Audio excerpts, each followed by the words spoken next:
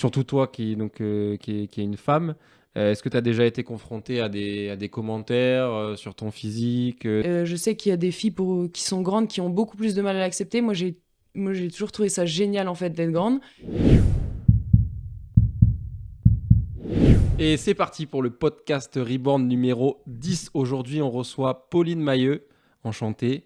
Bienvenue parmi nous. Pauline Mailleux qui est nageuse de haut niveau avec une spécialité sur le dos, d'accord, avec un beau palmarès déjà à seulement 24 ans. Donc finaliste en 2022, championnat du monde, 2023, record de France. Enfin bref, j'y connais rien en natation, mais un gros palmarès. S'entraîne à Canet avec coach Antoine d'ailleurs qui fait la préparation physique. C'est comme ça qu'on a pu avoir cet entretien.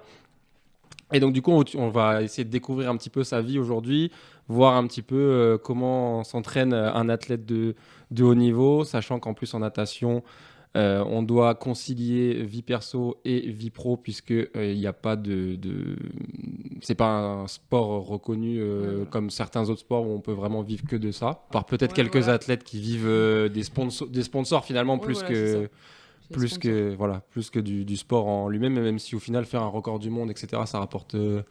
Ça rapporte, il y a quand même la fédération internationale qui donne, mais du coup, tout repose sur les primes et les résultats. On n'a Oui, rien voilà, c'est ça. C'est de. seulement si tu gagnes et puis Voilà, c'est ça. ça remplit pas pour une vie, quoi. Ça fait une belle prime, mais bon, c'est quoi? C'est du 10 000, du 20 000, Et peut-être 50 000 euros, les plus hautes primes. là, cette année, c'était 20 000 le record du monde. Mais Voilà, du coup, donc le record bon, du monde, voilà. Il il y est a pas à qu'une tout le personne monde, qui quoi. le fait, Voilà. quoi. Donc bon, bon, voilà.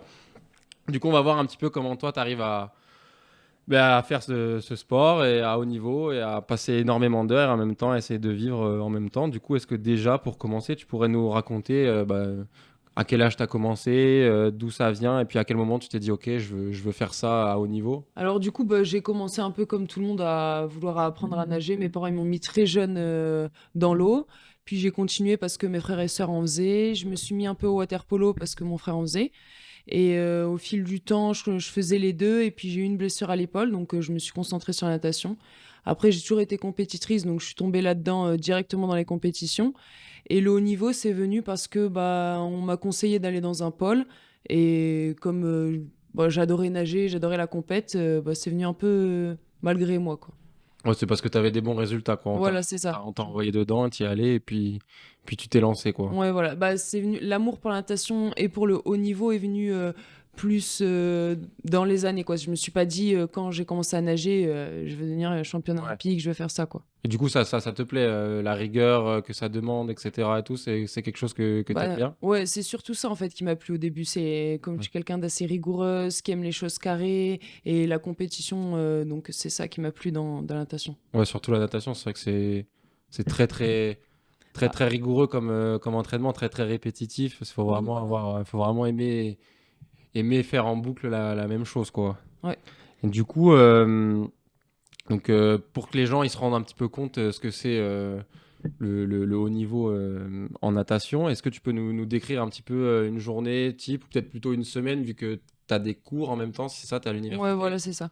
Bah, mes journées, elles sont vraiment quasi toutes les mêmes, hein. Je vais prendre une journée type, je vais me lever à 7 heures, je vais être à 7h30, on aura un échauffement de une vingtaine de minutes. Après, je vais être dans l'eau pour 2 heures. Je sors de l'eau, souvent je vais directement chez moi, je fais la collation et je travaille 2 heures pour mes cours. Comme je fais une formation à distance, c'est moi qui cale mon avancement là-dessus. Ok. Ensuite, repas du midi. Souvent, je prépare mes repas à l'avance pour que ça aille plus vite, que j'ai pas besoin de perdre du temps à cuisiner. Après, une bonne grosse sieste. Je me réveille, soit parce que je mets pas de réveil pour la sieste, donc soit j'ai le temps de retravailler un petit peu, soit juste je mets une vidéo pour faire plaisir, décontracter. Je repars à l'entraînement. Donc un jour sur deux, je vais avoir une bonne heure de musculation. Après 2 heures de l'eau encore. Et le soir, je vais faire de la récup, soit des bottes, soit du pistolet, des petites. Je vais me prendre une vingtaine de minutes là-dessus. Et je vais retravailler 1 heure et demie. Et après, je mange. Et voilà.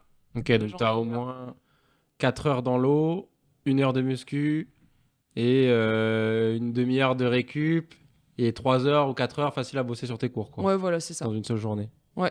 Ouais, Ok. c'est assez rempli. Ouais. Mais c'est bien cadré, donc ça Ok. marche bien. Incroyable. Et du coup, ouais, c'est entraînement, c'est tous les jours. Tous les jours, sauf le dimanche. Sauf le Dimanche, dimanche, c'est donc 6 jours sur 7. ouais. Est-ce que tu pourrais dire pour combien de kilomètres de nage ça fait ça sur une journée, voire sur une semaine à peu près, forcément, puisqu'il doit y Ouais. avoir des cycles Oui, voilà, il y a plus ou des moins cycles. différents. Mais si tu lissais sur une année, en moyenne, combien tu devrais nager par semaine Par semaine, je suis à 45. 45 kilomètres. Donc c'est pour les gens qui nagent pas, c'est beaucoup. Pour les gens qui nagent, c'est assez classique, même peut-être un peu moins parce que du coup, ces dernières années, j'ai changé ma façon de m'entraîner. On est plus vraiment sur de la qualité, beaucoup moins de gros kilométrages comme j'ai pu faire dans les années précédentes. Ça pouvait monter à combien? Ah bah j'étais à 80 par semaine au moins. Waouh. Parce que j'étais à 8-9 quand j'étais avec Philippe, donc x 10, ouais, 80-90 au moins. Ah ouais. Ça bornait. Parce que ouais, non, enfin, bon, voilà, ouais, déjà en ce moment.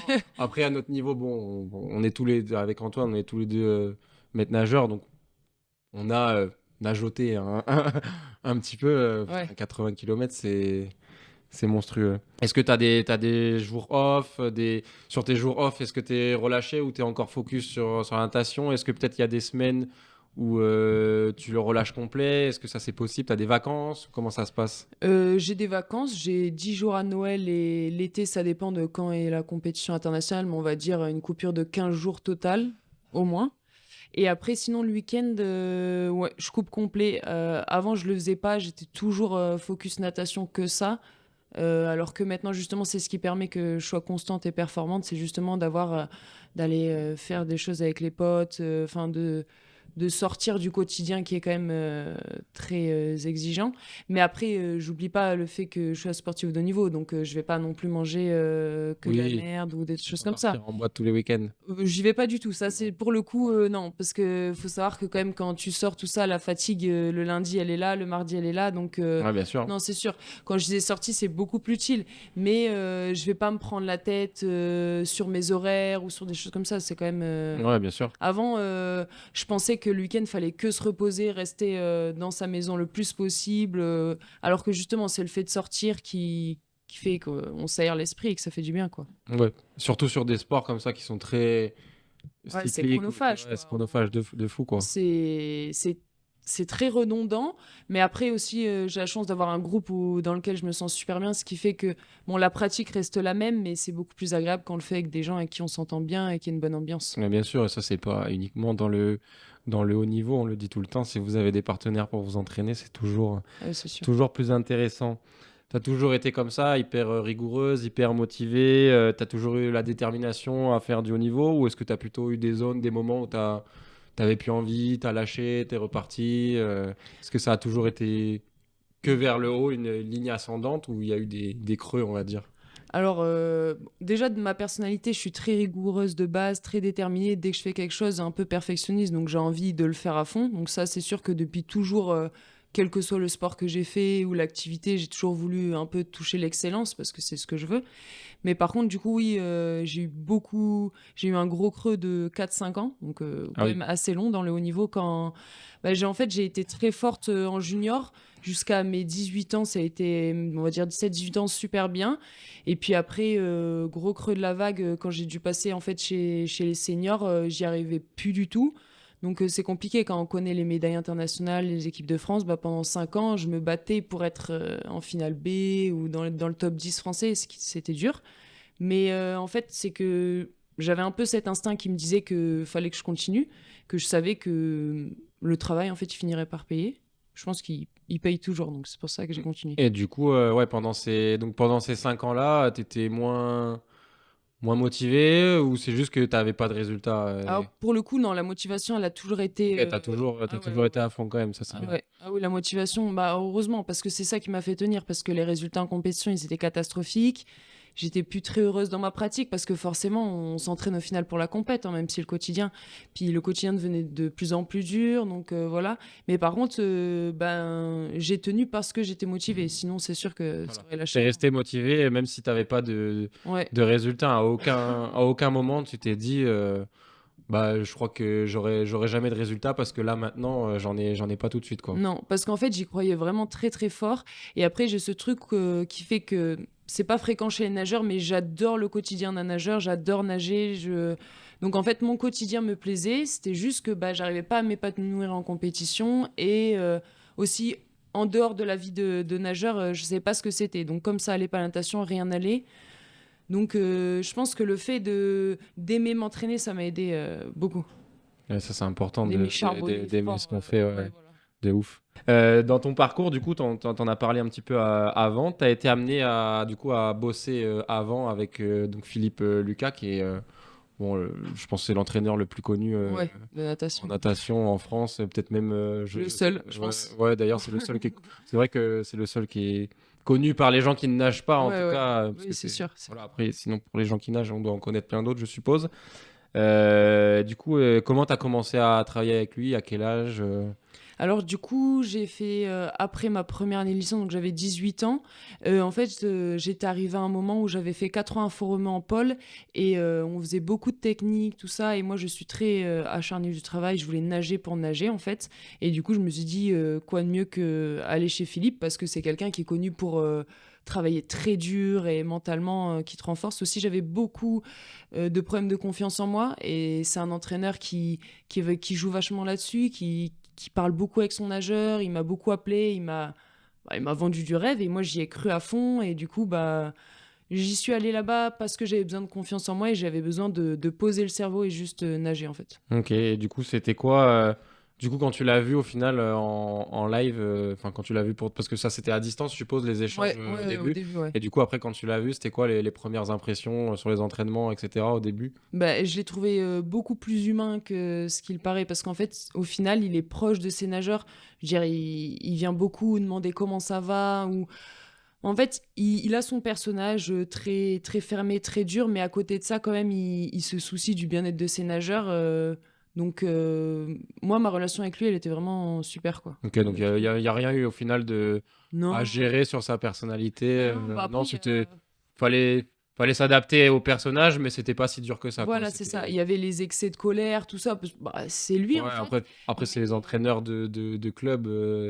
oui, il a son personnage, mais après, humainement, il est vraiment. À côté de ça, il est top. Et de toute façon, on sait à quoi s'attendre quand on va avec lui, hein. Après, de toute façon, quand tu veux gérer un groupe et que c'est du haut niveau, il faut être ferme, il faut avoir un caractère et tout. Je Oui, pense que voilà, tous c'est les ça. entraîneurs que tu as, il n'y en a aucun qui est très effacé, qui Non, dit non. rien.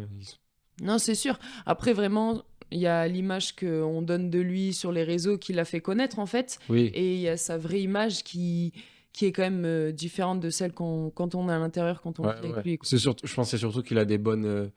Il a de la répartie, il Oui, envoie des grosses punchlines et mais du ça, coup, il c'est se fait génial, par filmer contre. pendant les punchlines. Ouais. Mais nous, quand on le vit à l'entraînement, pour le coup, ça, c'est trop bien parce que ça nous divertit.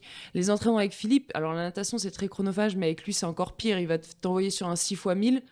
Donc, quand t'as entre 2000 mètres, t'as une petite vanne, t'as un truc, c'est ce qui fait tenir. Enfin, moi, direct, je venais de Fort-Romeu. Enfin, il me disait enlève tes chaussures de ski.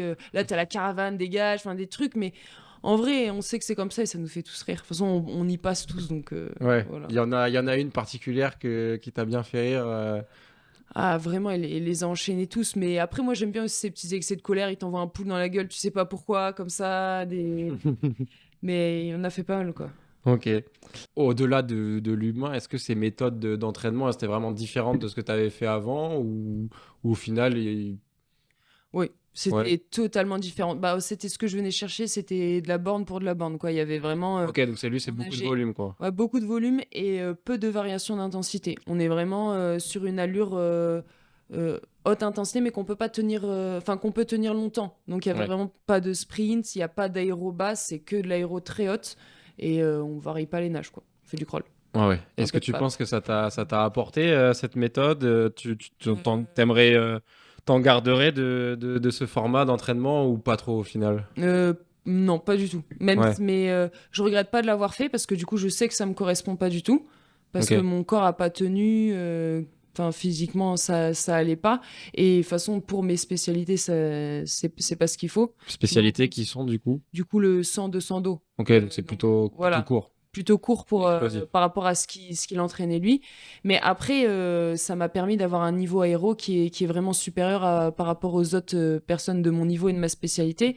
Donc à l'entraînement, je suis moins facilement fatiguée que les autres, donc ça aide quand même. Ouais, ça a taillé un petit peu le diamant, mais après, il a fallu affiner et tu l'as pas fait avec lui, ça, du coup. Ouais, voilà, c'est ça. Ok. Et du coup, donc maintenant, du coup, t'es à Canet. Ouais. Donc, et du coup, tu dirais que c'est quoi en comparaison, les entraînements, qu'est-ce qui te change du coup par rapport à ce que tu faisais avec Philippe? Alors du coup, il y a une grosse partie technique qu'on faisait pas du tout avec lui, ce qui du coup moi m'a permis de remettre en place une nage parce que comme je suis pas quelqu'un de très aquatique de base qui n'a pas une nage naturelle, il a fallu beaucoup la bosser. Donc techniquement, on travaille beaucoup et ensuite on met beaucoup d'allures de course, ce qui est pas possible quand on est chez Philippe, quand on nage 9 bornes, on peut pas nager à des allures hautes comme ça, alors que là à Canet, on va plus faire des allures très basses avec des pics d'intensité d'allures de course. Ok. En gros, c'est ça. Donc, beaucoup moins de volume, beaucoup Beaucoup plus moins. de Ouais. technique et peut-être un peu plus de. Ce qu'on pouvait parler pour les gens qui connaissent pas, c'est de l'intervalle, quoi. Des moments, tu nages tout doucement, Ouais, t'accélères, tu voilà, nages c'est tout ça, ouais. doucement. Ok. Et beaucoup de sprint, quoi. Ok. Et du coup, donc à Canet, tu as également donc t'as Antoine sur la prépa physique. Du coup, t'avais déjà un prépa physique avant ou pas? Ouais, j'avais un prépa physique qui était là à distance. C'était l'ancien prépa physique de Marseille et qui venait, on va dire, tous les 6 semaines, tous les mois, voire de temps en temps. Mais sinon, on avait les séances à distance, quoi. D'accord, c'est des séances de musculation. Ouais, Ça ressemblait à quoi? C'était de la musculation.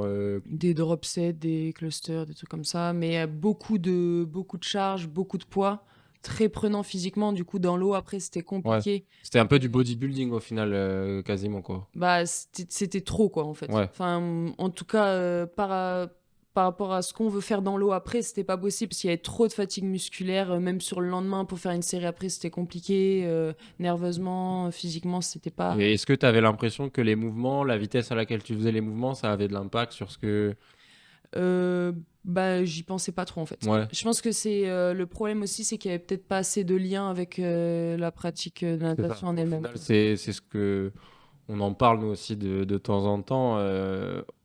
Souvent, quand on connaît pas trop, on fait du bodybuilding pour des sports au final qui demandent de la vitesse, de la force, etc. Et on a tendance à vouloir faire du volume pour apprendre de la masse musculaire sur des gens qui ont besoin d'être explosifs, qui ont Ouais. besoin de développer des qualités en vitesse, en puissance.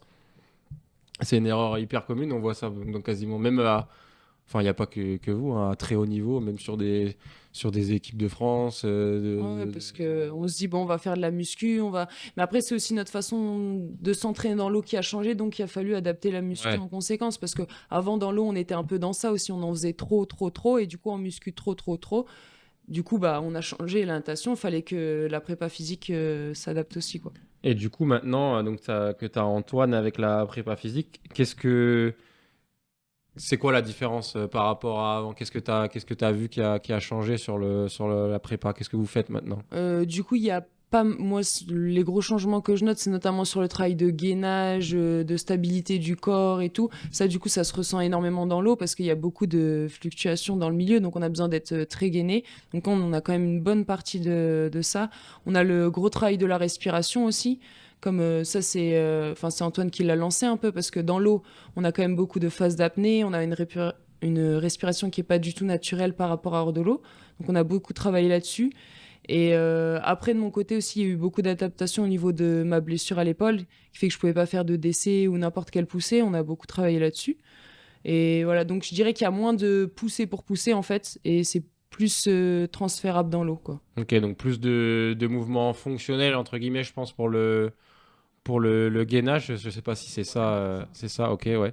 Donc plus de mouvements fonctionnels, plus de respiration, moins de volume sur le press et réhabilitation de l'épaule. D'ailleurs, tu dois pas être la seule à faire l'exercice parce que je pense que c'est la principale cause de blessure en, Ouais, en natation. C'est les. c'est même la seule. Ouais, Enfin, je pense à peut-être un peut-être peu ceux la qui, hanche, ceux qui mais... font de la brasse, peut-être Ouais, un peu voilà. les genoux ou quoi, Ouais, voilà, mais. c'est ça.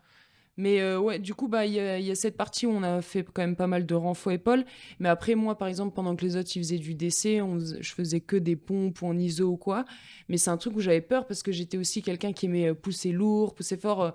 Genre, je me disais, ah, c'est ça ton RP, il faut que tu le fasses et tout. Ouais, ouais. Et c'est un truc que j'ai appris avec Antoine, c'est prendre du recul là-dessus. Et Enfin, j'ai jamais été aussi forte que depuis que Bien on sûr. a changé cette méthode.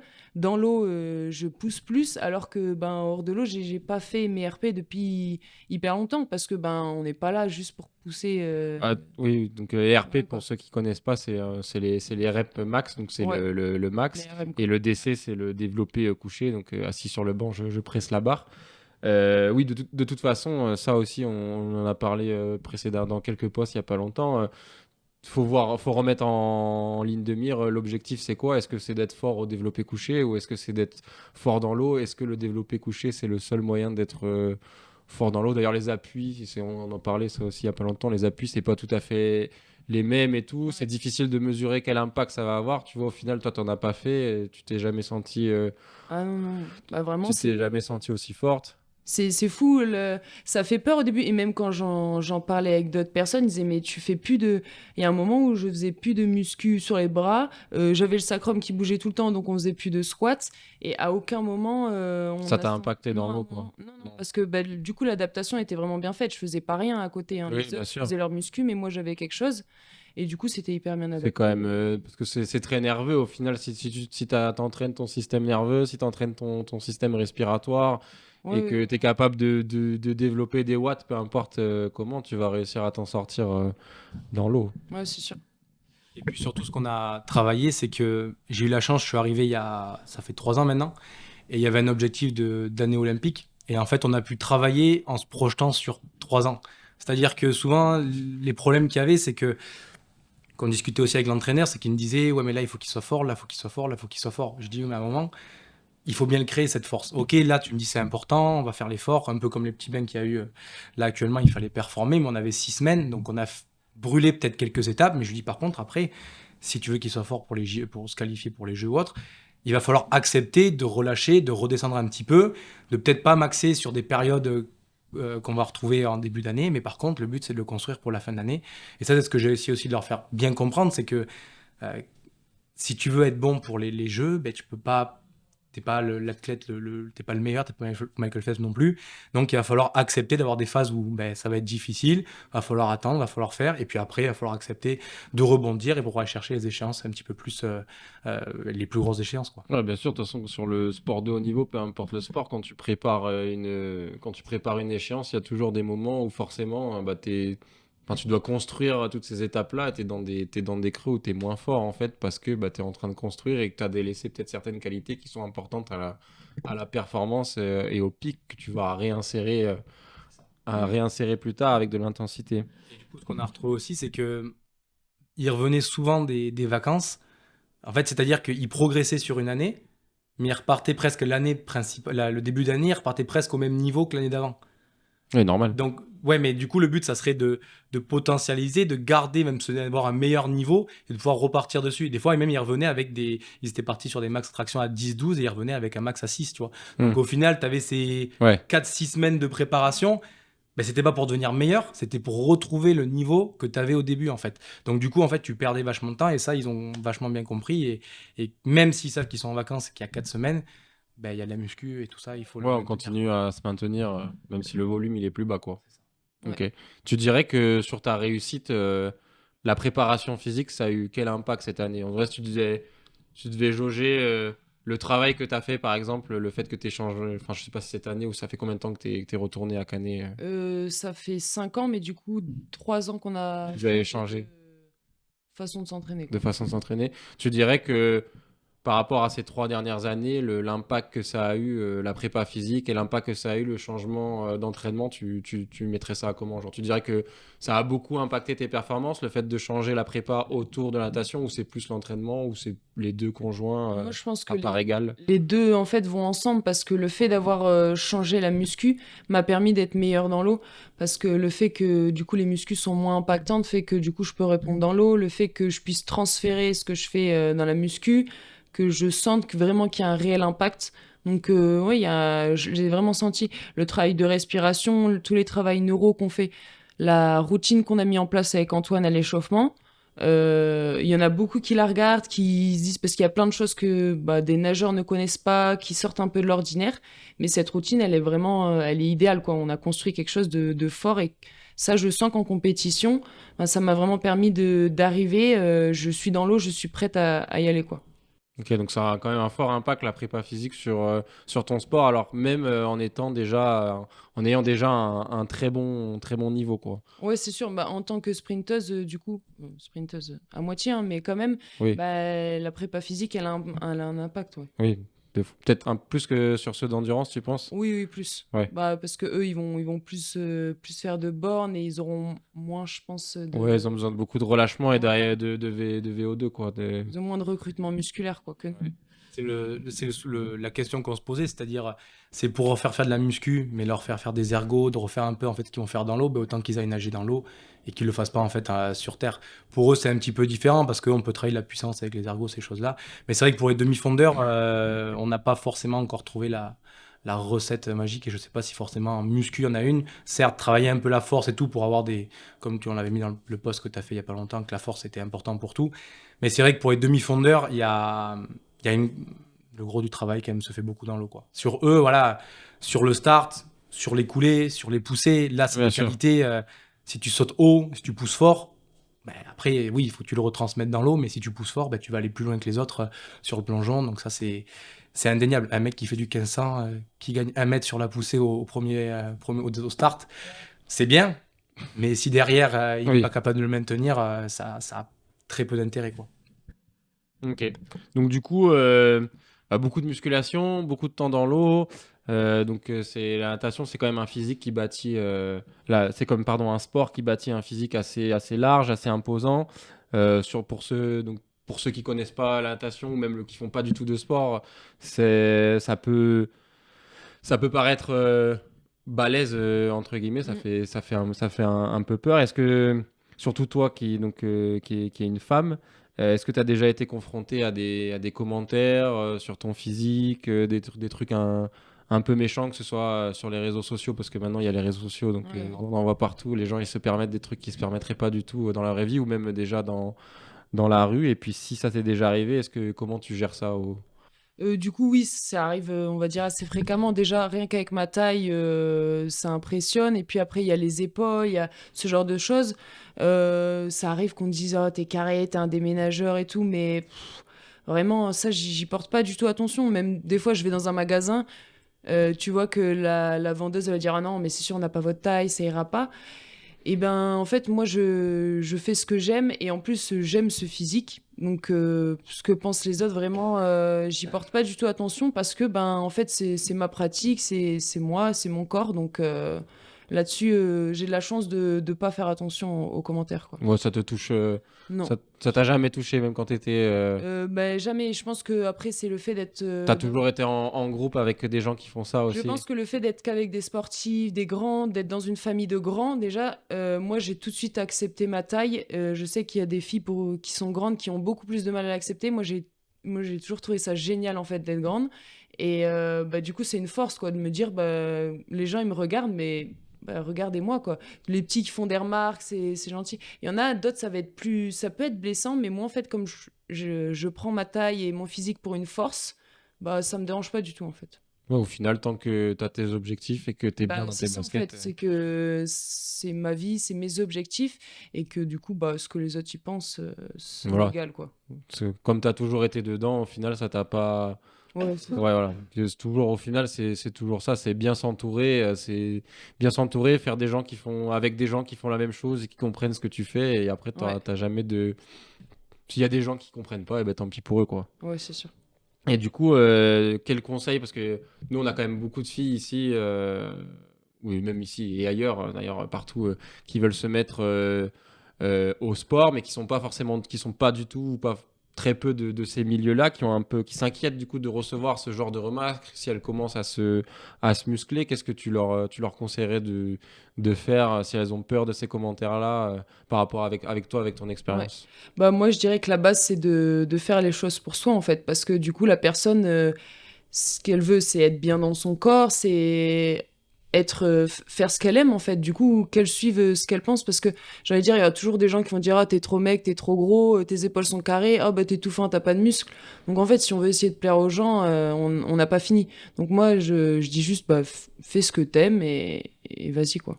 Ok. Eh ben merci. C'était le mot de la fin pour ce podcast. Merci de nous avoir. Du coup, on a relancé la caméra parce que on a oublié ou parce qu'on a eu peur. Donc tu t'es plié. T'es venu, t'as fait le podcast, t'es sorti de ta zone de confort. Du coup, on a décidé qu'on allait faire pareil. On va sortir de notre zone de confort. Donc, on te défie. Antoine qui te prend sur un 50, sur un 25 dos, 25 dos, et moi sur un 25 nage libre. Donc il y aura un petit vlog qui va venir là-dessus prochainement. Hâte de Restez faire ça. connectés.